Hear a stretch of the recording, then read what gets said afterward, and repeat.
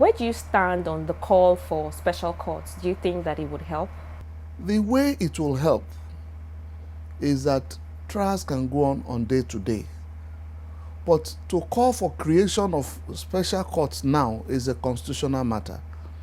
But then there is an administrative side of it, which the chief judges of the respective high courts, either state or federal high court and so on, can decide to dedicate some courts or some judges to criminal matters. In that wise, the court can sit on day to day. A judge can decide that we want to take 4 days stretch for this matter, and they will start. And within those 4 days, I can assure you they will go a long way in terminating the trial, either to end up in sentence or acquittal, whatever it is. But at least the trial would have been done. So once we are able to sift out some judges by the special privileges and authority of the chief judges of the state, they now know we have these courts. Before the courts are congested, we would have taken some very, very long strides. Apart from advising on prosecution and monitoring of same, what other role will the committee play? Well, I don't think we have much to do then. You see, the power we tend to exercise is the power of the Honorable Attorney General to prosecute, to enter nulli prosecute, that is discontinue or take over and so on and so forth. And in that power also, it is the power to monitor. Because if he can come in and take over any matter, it means he's not satisfied with the way the matter is being handled.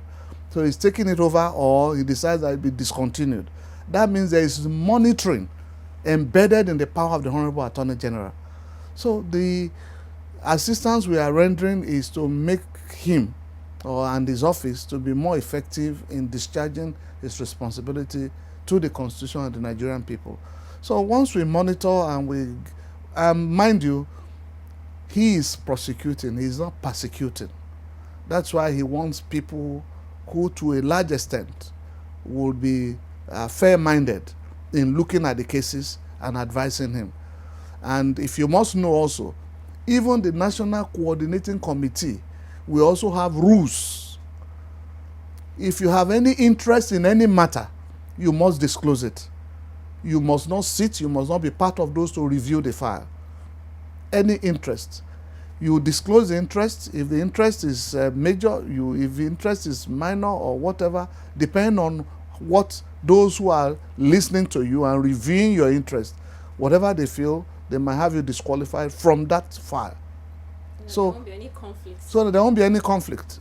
Even the teams being set up by the Honorable Attorney General to handle these matters, there is a form where you must disclose whether you have conflict or not before a file is finally handed over to you as a member of that team. If you have any conflict, the file will be withdrawn. In fact, they will introduce it, but they won't hand you over the file until when you complete the no conflict form and hand it over to the committee, we hand it over to the Attorney General before you can be handed a file. So the committee will be funded through the Office of the Attorney General? The committee is getting funded by the Office of the Attorney General and some other agencies, both local and international. But everything must pass through the Office of the Honorable Attorney General. With a coordinating committee in place, does that mean that there will now be better adherence to obeying court orders? To the best of my knowledge, I think if you talk of obeying court orders, I think this government has done its best in obedience to court orders. Why I say this is because of a privileged position I occupy in leading the prosecution of one of the cases. And there had been hue and cry about not obeying court orders. But you see, like in that case, Mr. A has committed crime at a particular time and point in respect of a particular issue. He is granted maybe bail. And somewhere along the line, there is a discovery that this same Mr. A has also committed another crime different from the one for which he already got bail, which is before the court.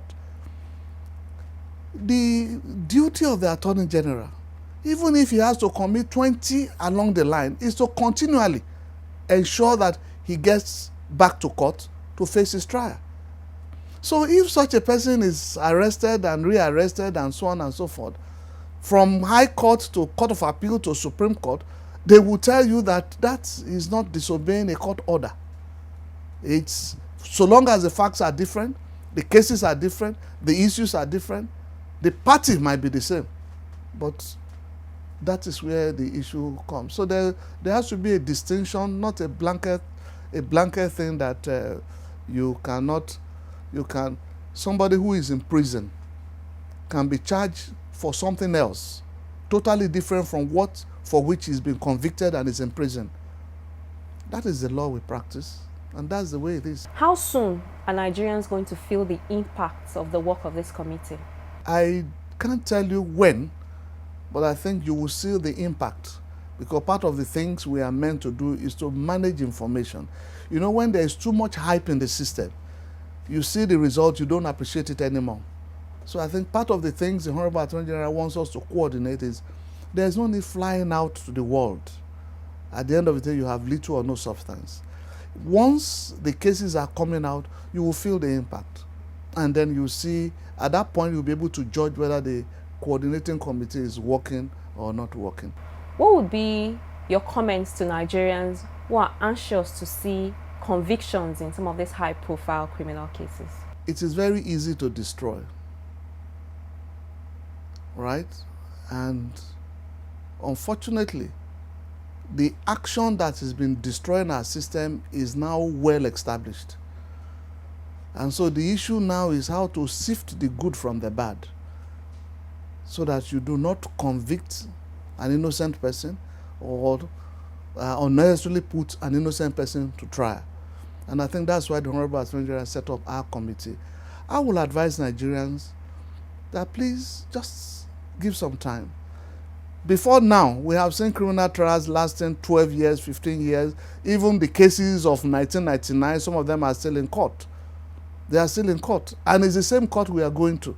So whatever is making these cases stay this long, and I'm happy that both the executive, the judiciary, and the national and the legislature, they are all together in this. The Administrative Criminal Justice Act was passed in 2015 by the National Assembly. So that means we are all together, we are conscious that there is a problem. And I think that is the first stage. Now we are beginning to see the level of the decadence, which we never had the privilege of seeing. At the same time, the mere fact that there is so much hue and cry that somebody has done this, has done that, does not mean that the man should be denied fair trial. He has a right to fair trial. And it is that fair trial concept, which is what we have in Nigeria, whereby a man is presumed innocent until proven guilty. It is that that takes the time. We have, unlike other crimes where you find people who just say, yes, I did it, will own up, and then they will just try him and go. But we have seen that in Nigeria, hardly would offenders or criminals or alleged criminals or accused persons own up to their crime. They want to take it through the whole hog. And if that is what they want, the system has to give them that constitutional liberty to prepare their defense, put their trial in. So, but the ACJ has given us a leeway now that, look, you can't take more than 4 adjournments. Your trial will go on from day to day to the best of the ability of the courts. I'm sure they will accommodate the ACJ. And the Supreme Court and all the courts have been pronouncing now, lately, on the ACJ that it is a valid and good law. So I believe that the people should just be patient a little bit, and the system is trying to rework itself. The results will come, and will come maybe sooner than they expect, but they'll just be a little patient. Will the committee be advising on the use of plea bargaining, though? The country will benefit ultimately from the issue of plea bargaining, but the content of the plea bargain becomes the issue. Yes. It's the content, not the issue of plea bargain. Plea bargain can be taken anywhere, but what is the content? And I'm sure the Honorable Attorney General is, if he's going to approve of any plea bargain, will be interested in the content. How does it benefit the people of Nigeria?